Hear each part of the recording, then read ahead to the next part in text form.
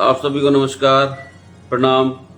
भाइयों, आप सभी को अवगत है कि कल बजट 2024 निर्मला सीतारमण हमारी जो फाइनेंस मिनिस्टर है उन्होंने प्रस्तुत किया है और उसके बाद में जो विपक्ष के इंडी गठबंधन के रिएक्शंस आए हैं वो पूर्ण रूप से निंदनीय हैं। Today I am here to talk about a few very immature and negative reactions from the members of the opposition. Honorable Prime Minister Narendra Modi's government budget presented by Srimati Nirmala Sitharaman, Finance Minister of India, has been welcomed by one and all. The whole country looks this budget as a progressive budget, pro-people, pro-poor, pro-farmer, pro-employment, but get it in is a budget actually low down a vision of Vikasit Bharat. So the whole nation has looked at this budget very positively, and the whole nation joined Honorable Prime Minister in an effort of regarding India's development goals.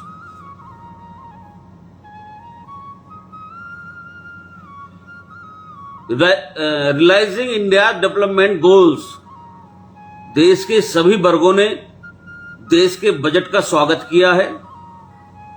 Shrimati Nirmala Sitharaman ji द्वारा प्रस्तुत किया गया budget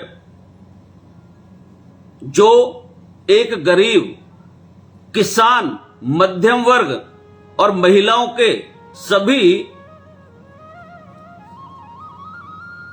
क्षेत्रों में सकारात्मक प्रभाव डालने वाले बजट के रूप में पूरे देश इसको देख रहा है। शिक्षा और रोजगार के विषयों पर विशेष रूप से ध्यान दिया गया है और विकसित भारत के मद्देनजर जो प्रधानमंत्री श्री नरेंद्र मोदी जी का एक मिशन है और पूरी भारतीय जनता पार्टी उनके साथ इस मिशन पर कार्य कर रही है। 2047 तक प्रधानमंत्री जी का विजन है कि भारत को हम विकसित भारत बनाना है, तो उसी ओर यह कदम बढ़ाने की एक मुख्य शुरुआत के रूप में समस्त देश इसको देख रहा है। और एक बैलेंस डेवलपमेंट, संतुलित विकास, ये एक बहुत ही इंपॉर्टेंट शब्द है। मैं व्यक्तिगत रूप से कह सकता हूं कि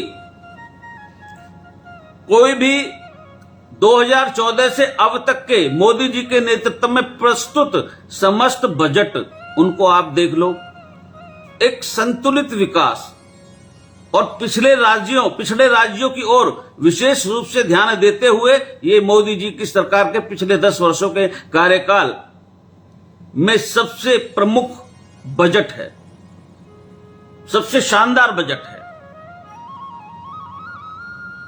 क्योंकि मैं मानता हूं balance development has been the focus of the prime minister Narendra Modi's governance all the past 10 years. It has found a mention as far as a record in every budget in the last 10 years. Special focus to give in for the backward states, particularly to the eastern region, to ensure they will able to achieve balanced development. And this budget is a continuation of effort by Honorable Prime Minister Mr. Narendra Modi ji, and that is the reason why some states have been wild budget with more than they 48 lakh crore overall budget expenditure. It gives focus to every section of the society in every state in the country, but some special allegation have been made to some states keeping the view their development needs and their long neglect, and now they are not able to catch up developments in many other parts in the country.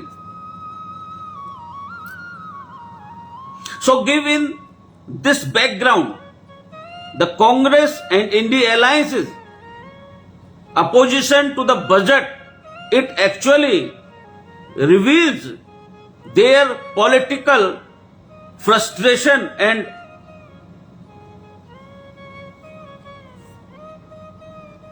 there it shows their negative attitude towards some backward states in this special development, special focus. ये कांग्रेस के और समस्त इंडी गठबंधन का जो मनोबल टूटा है, जो उनके अंदर बौखलाहट है, निराशा है, उसके विरोध को प्रदर्शित करता है। उसी प्रकार से वो इस बजट को देख रहे हैं। उनका इस बजट से कोई विरोध नहीं है, उनका विरोध है तो सिर्फ और सिर्फ भारतीय जनता पार्टी से और श्री नरेंद्र मोदी जी से।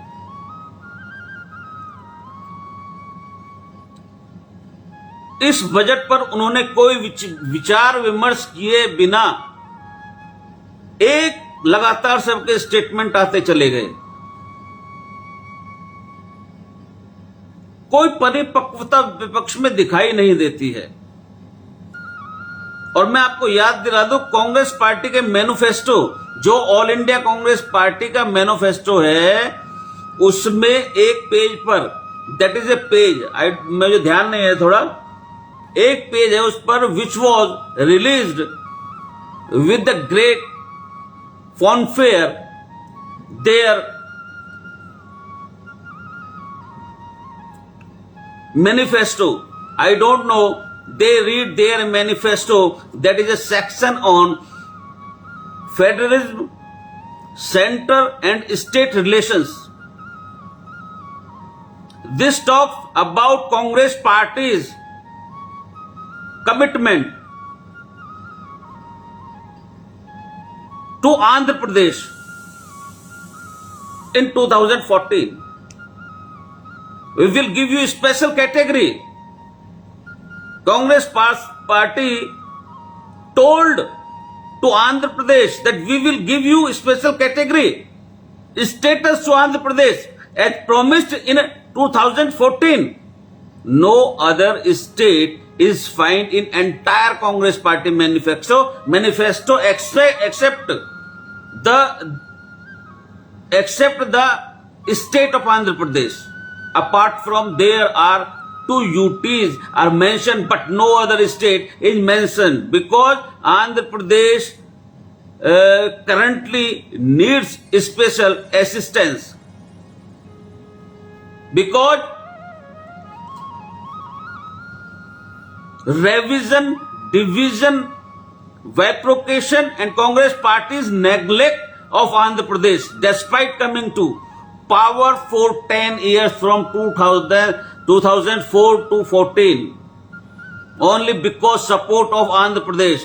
I think Congress party, मैं समझता हूं कि कांग्रेस पार्टी ने आंध्र प्रदेश की जनता के साथ में बहुत बड़ा छल किया है। सरकार में आए आंध्र की केवल और केवल जो हमारी गवर्नमेंट में 240 अपने बलबूते पर सीट आई है, हम किसी भी एक राज्य की संख्या के ऊपर ये 240 सीट नहीं आई ना हम निर्भर करते हैं।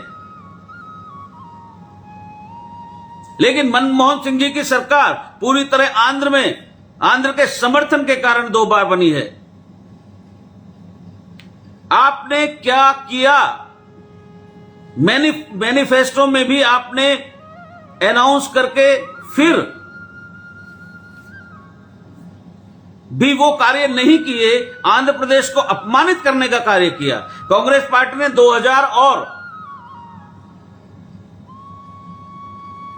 2009 में जिस आंध्र प्रदेश के कारण 2 बार सरकार बनाई, आज वहां 1% से भी कम है। मैं राहुल गांधी से कहना चाहता हूं कि हर विषय पर राजनीति छोड़कर अपना इतिहास भी देख लीजिए। 3 बार मुंह के बल गिरने के बाद भी आप यदि नहीं सीखना चाहते हैं तो आंध्र प्रदेश की जनता आपको कभी माफ नहीं करेगी। और ये आपकी राजनीतिक, मैं समझता हूं राजनीतिक हार के साथ साथ आपकी व्यक्तिगत हार भी है।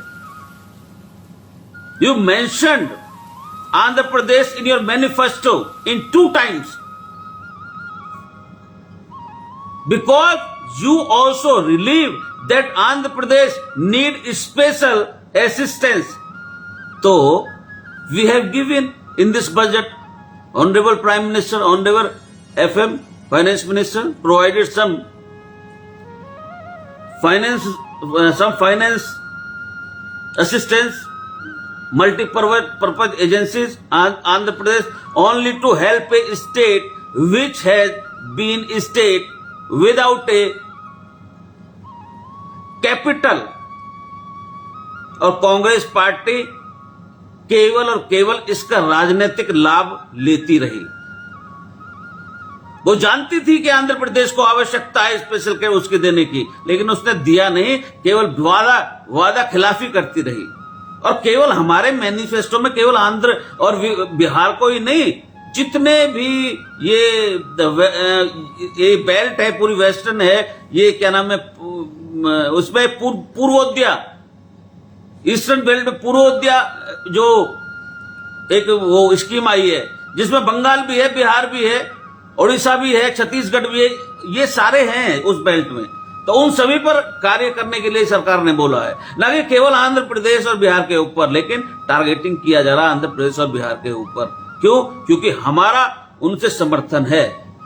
तो हम आपको बता दें मिस्टर राहुल गांधी जी, समर्थन की बात नहीं है। यदि आपने इन दोनों राज्यों को हमसे पूर्व में जब आप सरकार में थे, यदि वो सब नहीं वादे किए जो हमने उनसे बोला है और जो उनकी आवश्यकता भी है,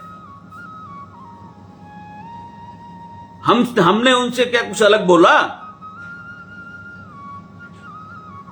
और हमारी गवर्नमेंट एक पारदर्शी गवर्नमेंट है, बिल्कुल ट्रांसपेरेंट। 240 हम लेकर आए हैं और तुम सारे के सारे इकट्ठे होकर हमारे बराबर नहीं पहुंच रहे हो। ये शुरुआत से आपकी बौखलाहट दिखाई दे रही है।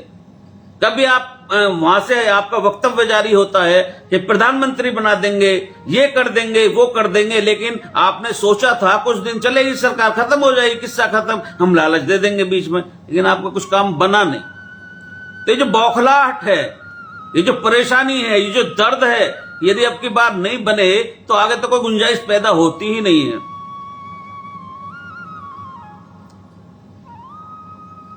इस बौखलाहट,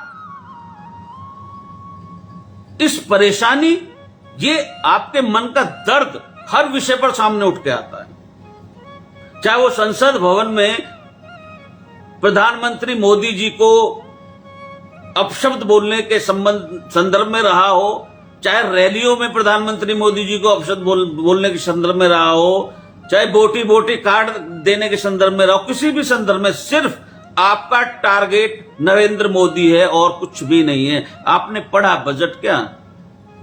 किसी आपने बैठ के किसी जो फाइनेंशियल नॉलेज रखते हैं उनसे जानकारी ली कि ये बजट है क्या? रोजगार के इसमें कितने वो दिए गए हैं? रोजगार ऐसे नहीं दिए जा रहे, उनको इंटर्नशिप करा के बाकायदा एक प्रशिक्षक बना के जब रोजगार दिया जा रहा है। यह होती है विकसित भारत की नींव।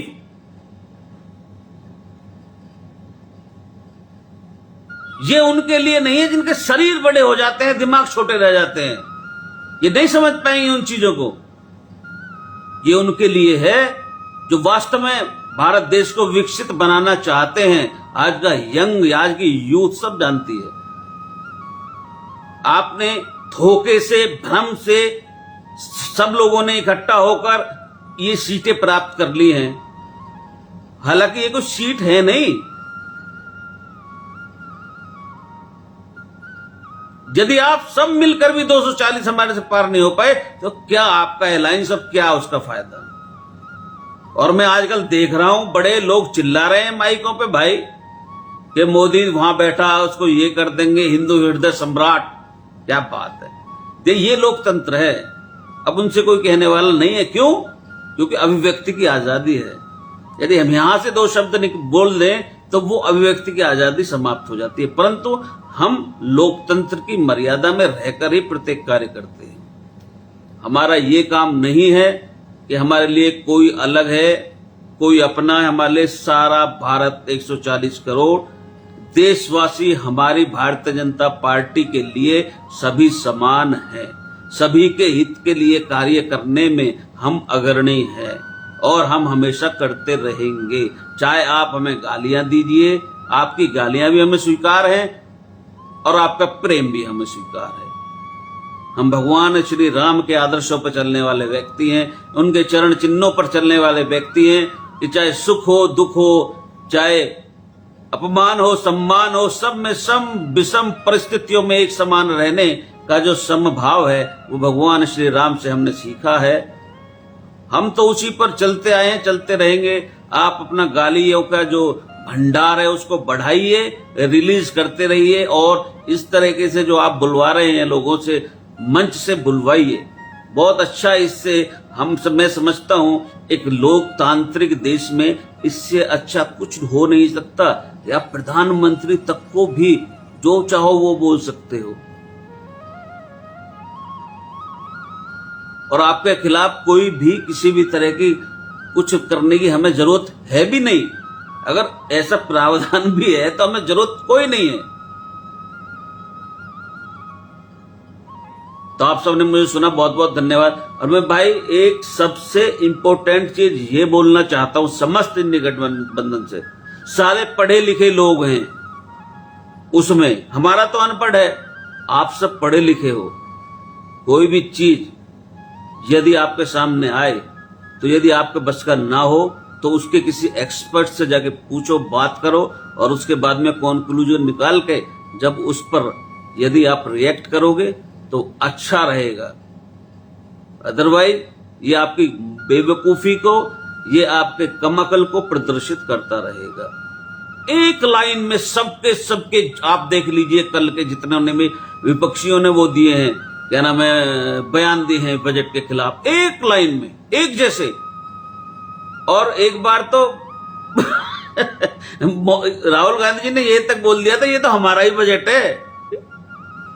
मतलब कहने का मतलब है उस व्यक्ति को यही पता नहीं है मैं क्या बोल रहा हूं क्या नहीं बोल रहा, कहां मैं खड़ा हूं आज, मैं किस पद पर हूं, मेरी क्या जिम्मेदारी है, कुछ जानकारी नहीं है। आपसे और उम्मीद भी हम क्या कर सकते हैं। पर थोड़ा मैच्योर हो जाइए, अभी चल रहे हैं आप, चलते रहिए जब तक चल रहे हैं। अब तो मैच्योरिटी लाइए अपने अंदर। आपने सुना, बहुत बहुत धन्यवाद। जय जय श्री राम।